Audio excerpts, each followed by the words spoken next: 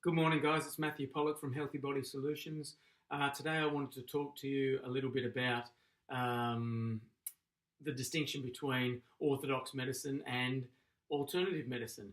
It seems disappointing to me that very often people look at chiropractors, naturopaths, and people like that as alternative.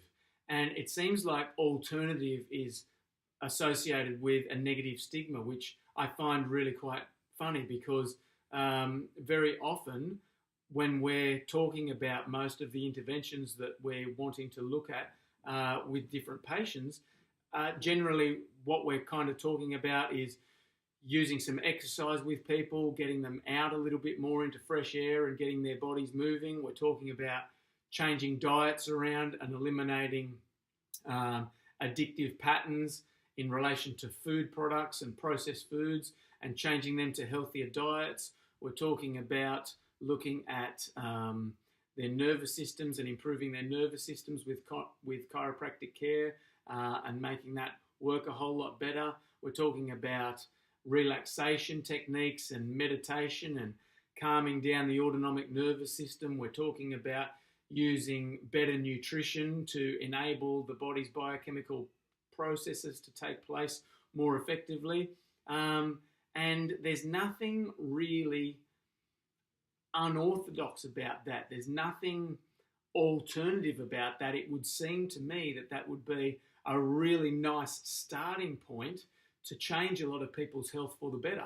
And in reality, that's actually what occurs. We get really, really great results with patients just by going back to basics and perhaps changing a few things and making modifications to the way that they work.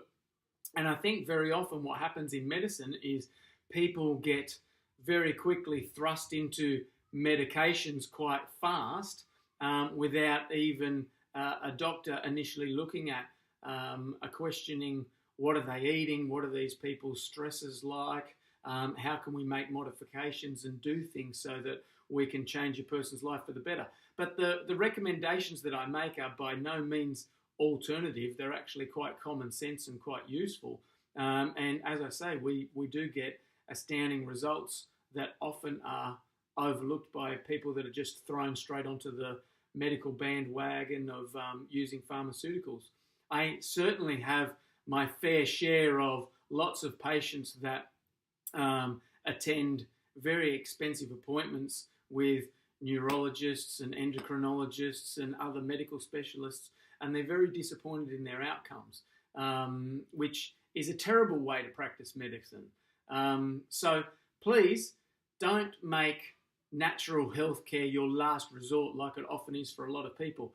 I think natural healthcare is where we should be primarily driving patients because 90% of the time we can solve most of their problems without even the need of medications. So think about that for this year and think about that for your healthcare. It really is a good choice.